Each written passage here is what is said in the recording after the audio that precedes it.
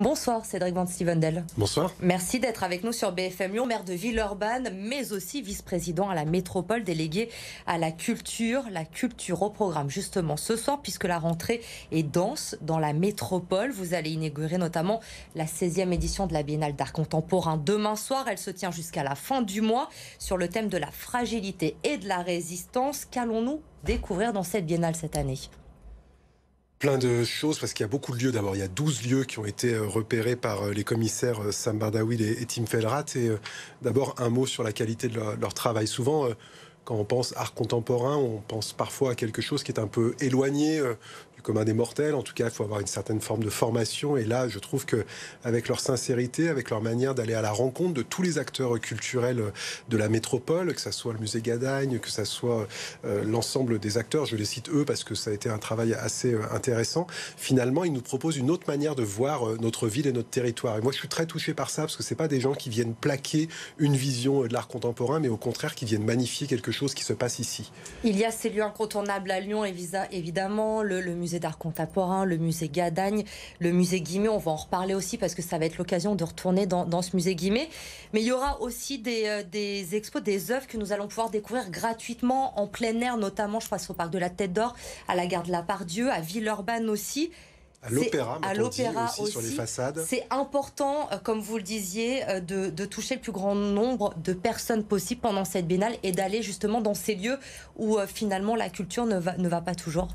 Je trouve que c'est une approche qui est très intéressante et qui est parfaitement en lien avec ce que la métropole veut faire, c'est-à-dire la culture pour toutes et tous. Et la culture pour toutes et tous, c'est bien sûr dans des lieux où il faut payer, où il faut aller à la rencontre. Et on n'a pas cité les usines Fagor, mais il faut le faire quand même, parce qu'en plus, ce sera la dernière année. Il y a suffisamment de discussions autour de ça pour qu'on le cite. Donc les usines Fagor seront aussi un lieu. Mais je trouve très intéressant leur proposition d'aller, entre guillemets, hacker des lieux qu'on a l'habitude de voir. Moi, j'ai vu ce qu'ils allaient faire sur l'Opéra de Lyon et je trouve ça extrêmement intéressant. Puis le thème, quand même, éloge de la fragilité. Enfin, et c'est un thème qui a été décidé avant que le Covid débarque dans notre planète. Et qui a tout son sens aujourd'hui, encore plus. Qui a un sens incroyable sur comment est-ce qu'on est capable de résister, comment est-ce qu'on est capable de se saisir de nos forces actuelles. Et voilà, et des artistes contemporains du monde entier qui vont nous aider à réfléchir autour de ça. Vraiment, j'invite tout le monde à aller découvrir ces expos. C'est assez incroyable ce qui va se préparer. Et je le disais aussi, cette biennale, ce sera l'occasion pour les Lyonnais, les grands Lyonnais, de découvrir ou de redécouvrir le musée Guimet qui était fermé, qui rouvre temporairement pour accueillir cette biennale d'art contemporain. C'est forcément un moment important aussi, cette réouverture du musée Guimet. Oui, c'est un beau soutien de la ville de Lyon à ce projet-là que d'avoir proposé financièrement de remettre le musée en état d'accueillir du public. Alors le musée n'a pas été refait pour l'occasion, mais il va permettre d'accueillir du public et donc ça permet d'avoir un autre lieu pour la Biennale d'art contemporain. Ça dit aussi de la mobilisation de tous les acteurs autour de cette Biennale d'art contemporain pour qu'elle continue à vivre. Cette Biennale qui débute donc mercredi jusqu'à la fin du mois de septembre. Autre événement ce week-end, cette fois, ce sont les journées européennes du patrimoine. L'occasion, on le sait, de découvrir des lieux qui sont habituellement fermés au public. Quelles sont, selon vous, les visites incontournables pour ce week-end dans la métropole de Lyon ? Juste permettez-moi un mot sur le thème. Culture plurielle, métropole singulière. Donc ces journées européennes du patrimoine et du matrimoine, elles sont tournées autour de ce que chacune et chacun d'entre nous, avec son histoire, avec parfois son parcours migratoire, a pu apporter à cette métropole. Et c'est dans un moment de tension important que la culture, elle se positionne là-dessus. Après, 3 exemples. Un, d'abord, le tunnel qui reliait les 2 prisons entre Saint-Paul et Saint-Joseph, avec un article qui s'appelle Monsieur Chamizo, qui n'a pas été que artiste. Il a été aussi lui-même emprisonné et qui a fait une œuvre assez incroyable dans ce tunnel. Plutôt pour les familles, moi j'ai été marqué par un escape game qui s'appelle John Doe qui se tiendra sur la place des Jacobins, où là on est plutôt sur des gens qui vont hacker toutes les antennes téléphoniques pour prendre nos données, donc il y a quelque chose aussi un peu dans la modernité. Puis pardon, vous l'avez dit, je suis aussi maire de Villeurbanne et on va inaugurer dans le cadre de Capitale Française de la Culture 22 balades patrimoniales avec des lignes de couleurs dans la ville où on pourra découvrir cette histoire, dont une balade sur le matrimoine, une balade matrimoniale avec l'association Si les femmes existent et qui va nous faire voir la place de certaines femmes dans cette ville qui est parfois un peu sous-évaluée. Et donc voilà 3 choses possibles et vous voyez, il y en a pour tout le monde et tous les lieux de l'agglomération. Alors évidemment, on ne peut pas tous les citer ce soir parce qu'il y en a des dizaines de rendez-vous tout le week-end. Plus de 500, 450 acteurs mobilisés, 52 villes sur la métropole. Donc à chaque fois, je me fais 400 et demi quand vous me demandez d'en citer 3, mais je m'en excuse auprès d'eux. Mais on peut aller sur le site de la métropole notamment pour avoir tous les rendez-vous, pour ne rien manquer. Il y en a déjà qui sont complets malheureusement.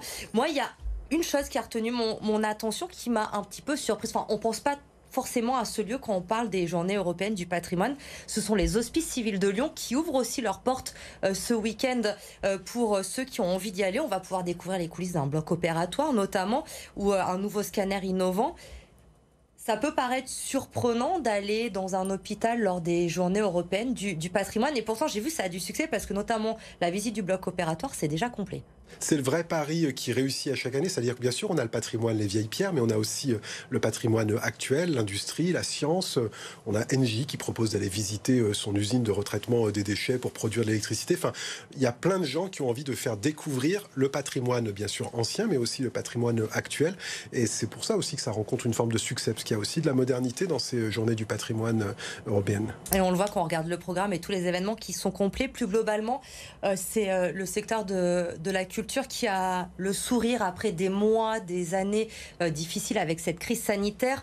On l'a vu cet été, par exemple, le musée des Confluences à Lyon qui a vécu un été record en termes d'affluence. On voit les salles de concert également qui se remplissent aujourd'hui. Ça va mieux et ça fait du bien. Je crois qu'il y a une vraie envie de retrouver la culture. Je crois que tout le monde a mesuré finalement que ce n'était peut-être à un moment pas un bien essentiel, mais en fait c'est un bien qui simplement nous accompagne dans notre vie. Et donc à ce titre-là, il est essentiel. À ce titre-là, même c'est extrêmement compliqué d'y toucher. Et ce retour-là, mais j'invite vraiment à celles et ceux qui le peuvent, parce que parfois il y a aussi des questions financières, mais voilà, à soutenir les acteurs de la culture. Vous l'avez dit, les chiffres sont exceptionnels pour le musée des Confluences, mais aussi parce que les équipes, elles font un travail incroyable. Et là, tout ce qui va nous être présenté sur cette rentrée, vous parlez du festival Peinture Fraîche, la prog, elle est aussi assez exceptionnelle.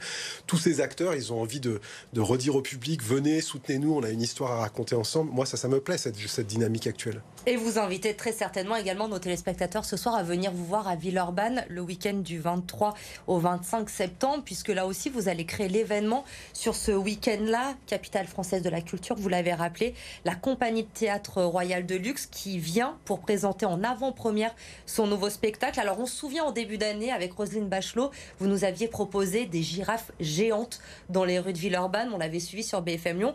Là, cette fois, on reste dans la thématique animaux. Ça va être des chiens, c'est ça ? Aucun animal n'a été maltraité pendant la préparation de ce spectacle. De le préciser. Non, mais il s'agit effectivement d'un projet un peu fou de Jean-Luc Courcoul autour d'une course de chiens l'un mythique qui a été présenté pour la première fois au Chili. C'est un chien mexicain. Et puis l'autre, un chien de Villeurbanne, dont on va découvrir l'histoire progressivement. Et vu que les créateurs sont très attentifs aux secrets, en fait, je n'en sais pas beaucoup plus. Et je suis obligé de dire à vos téléspectateurs de venir dès le vendredi, parce que dès le vendredi et le samedi, on va découvrir petit à petit qui sont les protagonistes de cette course qui se tiendra dimanche, de Charpennes jusqu'à Carrefour-Gratte-Ciel, sur une boucle de 3,6 km. Ça va être quelque chose d'un peu fou, qui est assez difficile à raconter, mais on vous attend. Vous êtes parfait, le tease, vous ne pouvez pas faire mieux. Dernière question, un peu plus sérieuse mais importante aussi. Il y a quelques mois, la région a annoncé la baisse des subventions à la culture, notamment dans la métropole lyonnaise. Beaucoup d'inquiétudes à ce moment-là de la part du monde culturel. Quelques mois après, on en est où ? Ils sont beaucoup plus inquiets maintenant parce qu'ils sont en cas de programmation budgétaire pour 2023 et pour plusieurs d'entre eux, ça ne passe pas.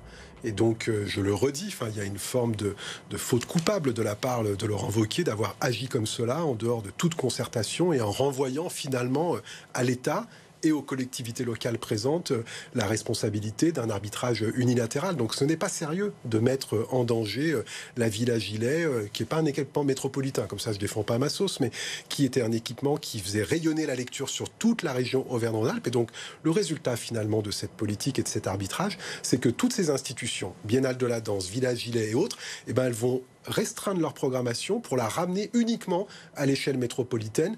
Et on va retrouver dans une bataille campagne-ville. Moi, ça me semble en dehors de toute réflexion un peu intelligente sur la société qu'on a besoin de construire. Et donc, j'ai un désaccord énorme avec Laurent Wauquiez là-dessus. Et je lui demande de revenir sur sa décision au risque de voir des institutions mettre la clé sous la porte. Et ce serait vraiment coupable. Merci Cédric Montivandel d'avoir répondu à nos questions ce soir sur le plateau de BFM Lyon.